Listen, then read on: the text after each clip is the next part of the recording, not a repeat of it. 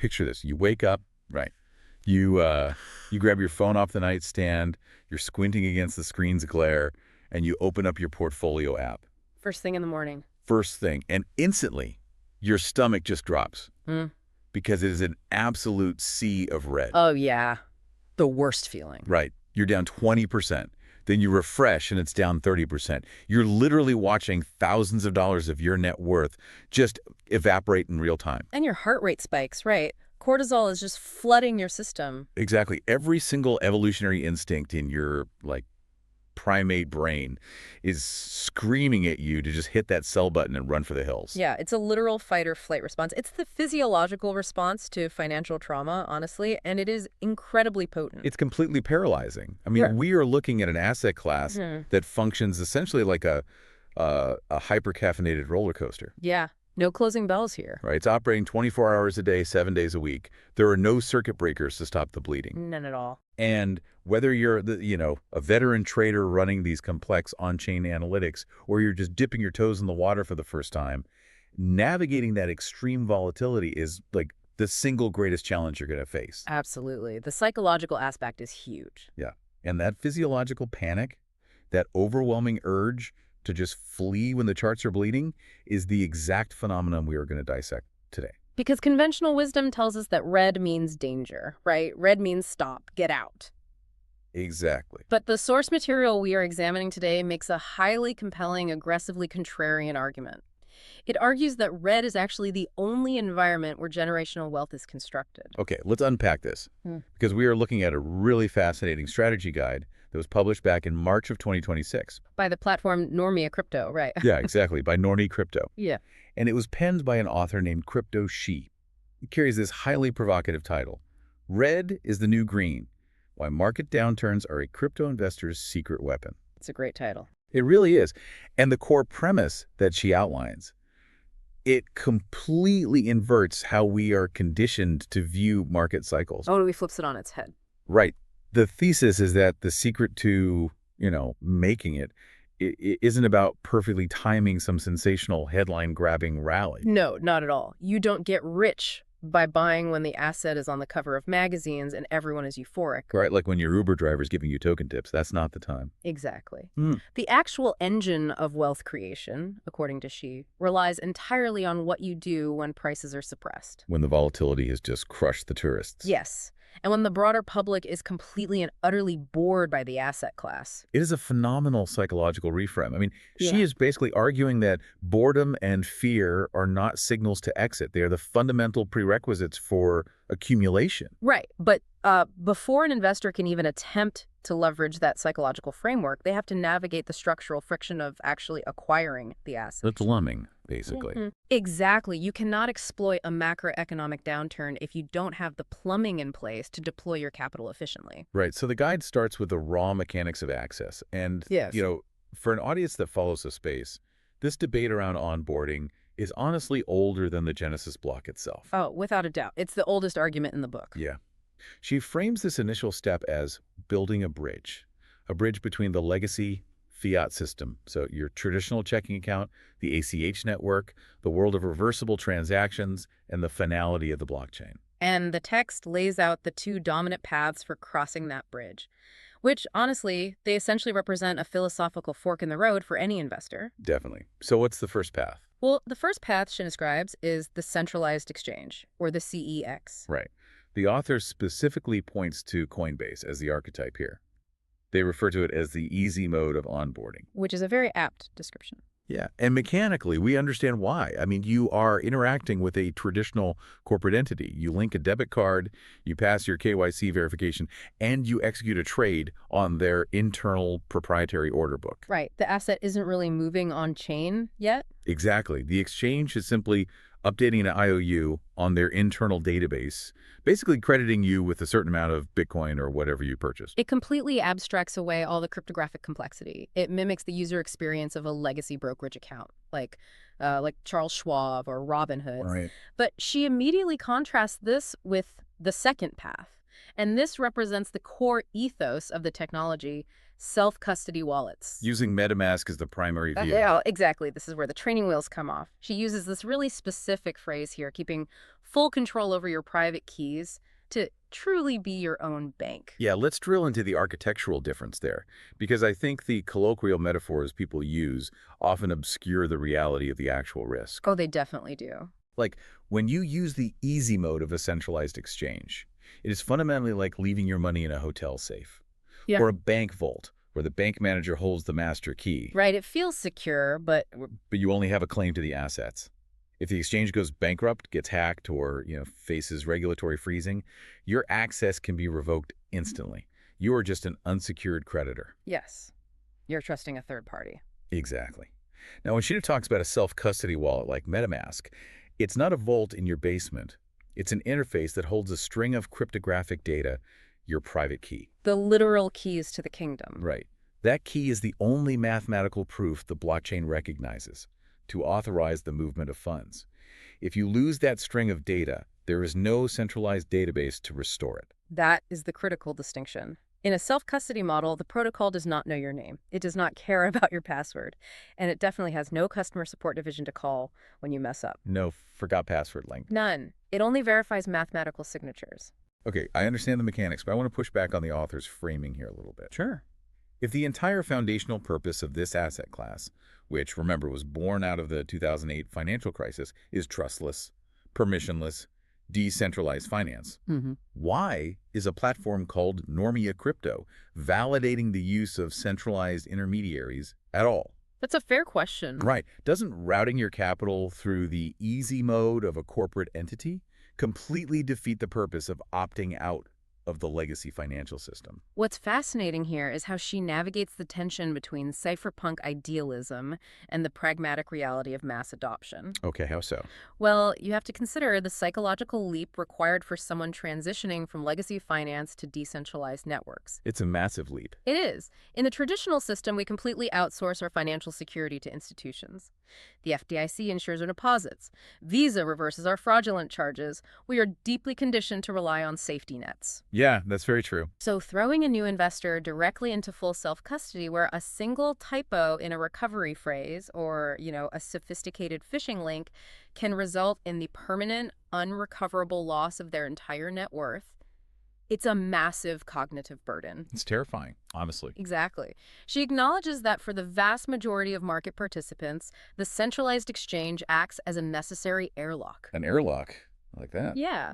It allows them to gain price exposure and understand the volatility profile of the asset before they take on the uncompromising operational security requirements of being their own bank. So it's a concession to human error. You use the exchange as a staging ground until your technical competency actually catches up to your financial exposure. Precisely. That's a fair point. Uh-huh. Now, once she establishes how you get onto the playing field, the guide becomes highly prescriptive about what you should actually be targeting. Yes, it doesn't leave you guessing. Right. The author doesn't suggest diversifying across a basket of microcap utility tokens or, chasing the latest meme coin. She explicitly advocates starting with established blue chip assets, and they specifically name Bitcoin and Litecoin. The emphasis on these specific networks is deeply rooted in market history. She refers to them as historical heavyweights. I think it's a great term for them. It is, because we have an ecosystem that is currently flooded with tens of thousands of highly experimental, heavily marketed tokens. And they rely on complex tokenomics, venture capital lockup, centralized development teams. And most of them have never even survived a multi-year bear market. Exactly. They just get wiped out. So why do Bitcoin and Litecoin specifically earn that blue chip designation in Xi's framework? Is it just about market capitalization? No, it's deeper than market cap. It's about the Lindy effect and network security. Okay, expand on that. Well, both of these assets operate on proof-of-work consensus mechanisms. They have survived over a decade of regulatory scrutiny, hostile forks, algorithmic attacks, and massive cyclical drawdowns. They've been through the ringer. They really have. And they have distributed decentralized node networks and immense computational energy securing their ledgers. Right. So in a highly speculative environment, she is arguing that you must anchor your portfolio to assets that have proven their durability. You don't build wealth by gambling on whether a new protocol will even exist in 5 years. You build it on networks that have already demonstrated they cannot be killed. Wow. Yeah, you are pouring a concrete foundation before you worry about the architecture of the rest of the house. Exactly. That logic definitely tracks. But the text quickly pivots from the what to the how. And this is where she tackles one of the most pervasive, damaging myths in all of investing, the obsession with market timing. Oh, the white whale of retail investing. Truly, the guide bluntly states that trying to predict the macroeconomic bottom of a market is a fool's errand that even seasoned quantitative analysts fail at. It is a statistical reality that human beings are terrible at predicting complex systems, and financial markets are the ultimate complex adaptive systems. Just millions of variables. Millions of participants reacting to dynamic variables in real time.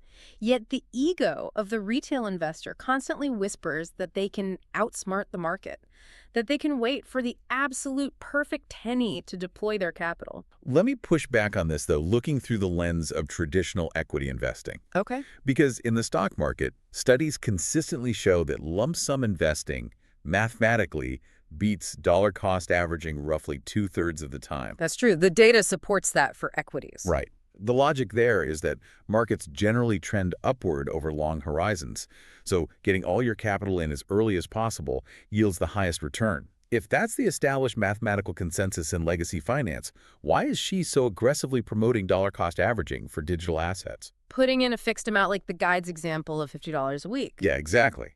Is the math just different here? Well, the underlying math of compound interest doesn't change, but the volatility profile of the asset class utterly destroys the psychological viability of the lump sum strategy. Correct. Digital assets regularly experience 50% to 80% drawdowns during their cyclical bear markets. Right, which is unheard of in traditional indices. Exactly. So if you lump sum your capital into the market based on the premise that it will eventually go up, and 3 weeks later the asset drops by 60%, You panic. the psychological trauma usually forces the investor to capitulate and sell at a massive loss.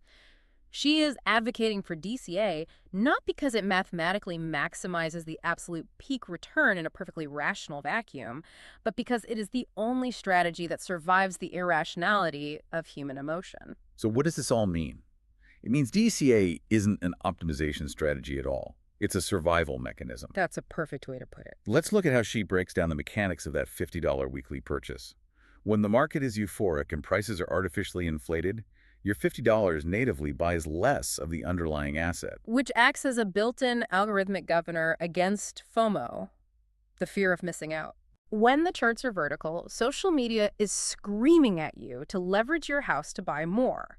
By mechanically restricting your inflow to that fixed $50, you are physically preventing yourself from deploying the bulk of your capital at the highest risk point in the cycle. Well, yeah. And conversely, when the market craters, when that terrifying 40% drop hits, your fixed $50 automatically acquires significantly more of the asset. Exactly. You are just hoovering up the supply precisely when it is cheapest, without having to actively summon the courage to make a discretionary purchase while everyone else is panicking. You are lowering your average cost basis completely on autopilot. It fundamentally alters your relationship with volatility. Instead of viewing a price crash as a destruction of wealth, the DCA mechanism forces you to interact with the crash as an expansion of purchasing power. That's a huge mindset shift. It really is. The volatility is no longer a threat. It is the engine that lowers your entry price. Over a multi-year time frame, this steady accumulation smooths out the chaotic price action, allowing you to capture the broader macro trend of the asset without being destroyed by the micro fluctuations. You are automating discipline. You are taking the decision-making process out of the prefrontal cortex and handing it over to a rigid schedule. You're taking yourself out of the equation. Right. But, knowing the math is easy. Executing the math when you're in the trenches of a multi-year bear market is an entirely different beast. Oh, absolutely. And that brings us to the psychological core of She's Guide, where the text confronts the concept of HODL. It is essential that she addresses this, because the mathematical elegance of dollar cost averaging is completely useless if the investor panics and liquidates their position at the bottom. Right. Now, for anyone familiar with the culture, HODL, hold on for dear life. It originated as a typo on a forum over a decade ago and just sort of evolved into a meme. The famous drunken forum post. Yeah. But she strips away the internet humor here and treats HODL as a highly rigid, stoic, philosophical discipline required to navigate what they describe as the bipolar nature of the market. Bipolar is the right word for it. She maps out the absolute extremes of the market's fear and greed cycle, starting with the bull market. The text paints this picture of the greed phase, glowing news segments, explosive price action, and a pervasive feeling among retail investors that they are absolute financial geniuses. It is the period of peak social validation. Exactly. And she issues a critical warning here. This phase of euphoric consensus is mathematically the most dangerous time to deploy capital. Because everyone is already in. Right. The risk profile is asymmetrical in the wrong direction. The market has already priced in all the optimism, meaning the potential for a catastrophic mean reversion is at its highest. Which leads directly into the countercycle, the bear market, the fear phase. She describes this as a period where prices plummet 40% or more, the media declares the asset class totally dead, and all the social hype just evaporates. It is a period of grueling, sideways boredom. But she makes the definitive foundational claim of the entire guide right here.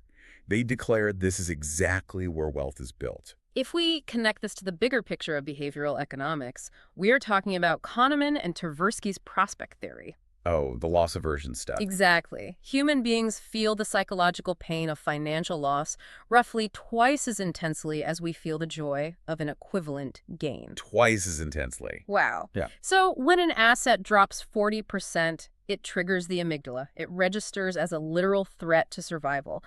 The herd mentality kicks in. If everyone is selling, there must be a fundamental flaw, and we must escape to safety. Right. Our brains are just wired for the savannah, not the stock market. Precisely. And conversely, during the bull market, the herd triggers our greed. Our biological wiring is constantly compelling us to buy high and sell low. But practically speaking, let's put ourselves in the shoes of the investor holding that bag. You've been DCAing your $50 a week, you've built up a meaningful position, and then a macroeconomic shock hits. Maybe it's a regulatory crackdown or a massive leverage flush, and your portfolio is instantly chopped in half. It happens all the time. Isn't it a perfectly rational response to cut your losses and preserve whatever capital you have left?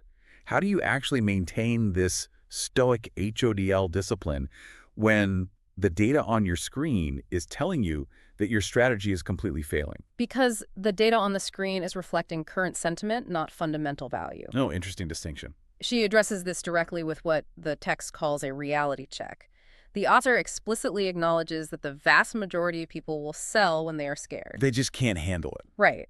That capitulation is what actually forms the market bottom. The discipline of HODL requires a profound cognitive reframe. You have to accept that the agonizing, visceral pain of enduring a massive drawdown is not a punishment for being wrong. Okay. It is the mandatory entry fee for outsized future returns. The pain is the entry fee. That's a brutal reality. It is brutal. If you observe on-chain analytics during these capitulation events, you see a massive transfer of wealth. Like from who to who? Short-term holders, driven by fear, sell their assets at a loss to long-term holders and institutional accumulators who are calmly executing their DCA strategies. Wow. HODL is the refusal to transfer your wealth to the patient capital. It is intellectually overriding your biological fight-or-flight response. That requires an incredible amount of conviction. And I think one of the primary reasons retail investors capitulate so violently during those drops is because they feel overexposed. Definitely. They think they need to push all their chips into the center of the table to make the investment worthwhile. I mean, if you've mortgaged your house to buy the top, a 40% drop ruins your life. Oh, absolutely. It's devastating. But she attacks this exact misconception by highlighting a structural feature of digital assets that fundamentally lowers the required risk threshold. Yes, she addresses the divisibility myth, pointing out that unlike legacy financial instruments, digital assets are natively fractional. Right. Let's break down how that actually works under the hood. Because the guide notes that crypto is the most divisible asset class in history. It really is. In traditional equities, if you want to buy a share of a high-priced stock, you traditionally had to buy a whole share. Recently, brokerages introduced fractional shares, but that is a synthetic engineered product. Yeah, it's an accounting trick. Exactly. The legacy clearinghouses like the DTCC, they don't natively process trades for 0.14 shares of a stock. The brokerage has to buy the whole share and artificially divide it up on their internal ledger for their customers. Exactly. The fractionalization in traditional finance is basically a layer of accounting duct tape over a rigid system. Duct tape. Yeah, that's perfectly put. But blockchain protocols operate on entirely different computational models, like the UTXO, the unspent transaction output model used by Bitcoin and Litecoin. Right, the base layer. Yes. The base layer of the software uses integer math that allows the asset to be divided into incredibly small units. A single Bitcoin is divisible into 100 million Satoshis. Litecoin is similarly divisible into Latoshis. Millions of pieces. Millions. The fractionalization isn't a synthetic brokerage trick. It is hard-coded into the fundamental architecture of the network. Here's where it gets really interesting for the execution of Xi's strategy. The guide provides concrete numbers for this. It points out that with a budget of roughly $200, an investor can acquire roughly 4 whole Litecoin. Right. The psychological impact of this structural divisibility is massive. You do not need to accumulate $50,000 to secure a meaningful position in the market. It democratizes access to the asset class. It's like buying a slice of pizza instead of feeling forced to buy the entire pizzeria just to get a taste. That's a great analogy. It means that the barrier to entry is determined by your personal budget, not the unit bias of the asset's price. And it perfectly validates the $50 a week DCA strategy. Wow. I mean, if these assets weren't infinitely divisible, a $50 weekly purchase wouldn't even be technically possible for an asset trading in the tens of thousands of dollars. Not at all. The protocol's ability to natively process a microscopic fraction of a coin is what allows the retail investor to slowly, methodically stack their position regardless of the macroeconomic environment. It allows the retail investor to act like an institutional accumulator, just on a micro scale. You're doing the exact same thing they are doing. Exactly. You can participate in the massive discounts of the bear market without needing a venture capital war chest. You are securing fractions of the network block by block, week by week. So we've broken down all the core components of the guide. We have the foundational infrastructure, choosing the centralized on-ramp to cross the fiat bridge before eventually taking self-custody. Right. We have the chosen assets, the Lindy-backed proof-of-work blue chips. We have the mechanical execution, the emotionless automation of dollar cost averaging, and we have the psychological armor, the strict adherence to HODL to survive the inevitable 40% drawdowns. All the pieces are on the board. Yeah. And she synthesizes all of this into a final, conclusive formula for long-term survival. The author distills it into 3 definitive mandates: buy, quality, automate, and wait. Okay. We've discussed the quality of historical heavyweights and the automation of DCA, but the framework around waiting introduces a really profound observation about the nature of market volatility. Right. She explicitly tells the reader to use DCA to turn volatility into your best friend. I want to pause on that because in traditional portfolio management theory, volatility is the absolute enemy. It's usually the thing you try to minimize. Exactly. It is the metric by which risk is measured. A volatile asset is considered a dangerous asset. Yeah. So how does she justify framing the violent, chaotic price swings of the digital asset market as a strategic advantage? Because volatility is the exclusive source of asymmetric upside. Okay, unpack that. Let's think about this logically. If an asset is completely stable, moving up in a perfectly straight, predictable line, it is perfectly priced by the market. There are no inefficiencies to exploit. It's just a flat line of slow growth. Right. In that scenario, your fixed $50 DCA simply buys slightly less of the asset every single week forever, yielding a very modest linear return. But digital assets are notoriously inefficient and heavily driven by narrative and leverage. Oh, heavily. They overshoot wildly to the upside during bull markets, and they crash violently below their intrinsic value during bear markets. So the volatility is what actually creates the mispricing. Precisely. Without the extreme, terrifying downward volatility, without the massive leverage flushes and the panic selling, you never get the opportunity to buy the asset at a deep discount. Because everyone would just hold it. Yes. Volatility is the mechanism that generates the sale. By rigidly sticking to an automated purchasing schedule, you ensure that you are blindly capturing that deeply discounted supply when the volatility strikes. You don't have to predict the crash. You simply have to be mathematically positioned to absorb it when it happens. You stop viewing the crash as a destruction of your portfolio and start viewing it as a systemic transfer of assets from the impatient to the patient. It's a complete inversion of perspective. It really is. And Shallot closes the guide with an incredibly evocative summary of this dynamic. The text states, while the rest of the world waits for the next all-time high to get excited, the disciplined investor is quietly building their position today. When the green candles eventually return, the work will already be done. It is a brilliant encapsulation of the thesis. The author is reminding the investor that wealth isn't generated when everyone is celebrating on social media. Right, by the time your feed is full of rockets, it's too late. Exactly. By the time the macroeconomic environment shifts, the interest rates drop, the liquidity returns, and the mainstream financial media starts reporting on the massive gains, the opportunity for outsized returns has already evaporated. The risk-reward ratio has completely flipped.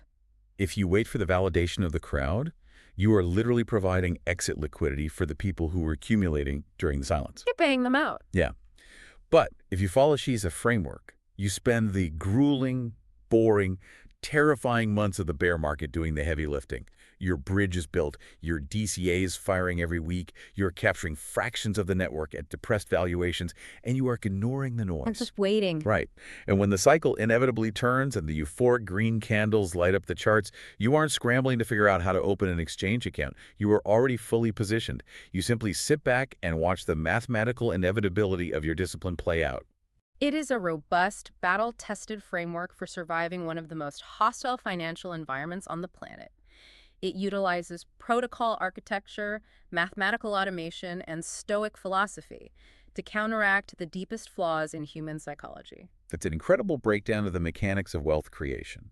But looking at the entirety of Xi's model, there's a macro-level assumption here that relies entirely on human failure. This raises an important question, one that sits just outside the boundaries of Xi's guide, but is vital for us to consider. Okay, let's hear it. The sheer profitability of this HODL and DCA strategy relies heavily on the fact that the vast majority of market participants will act irrationally. Right. The strategy needs the panic. The disciplined investor only gets the 40% discount because the panicked crowd is willing to sell at a loss out of fear.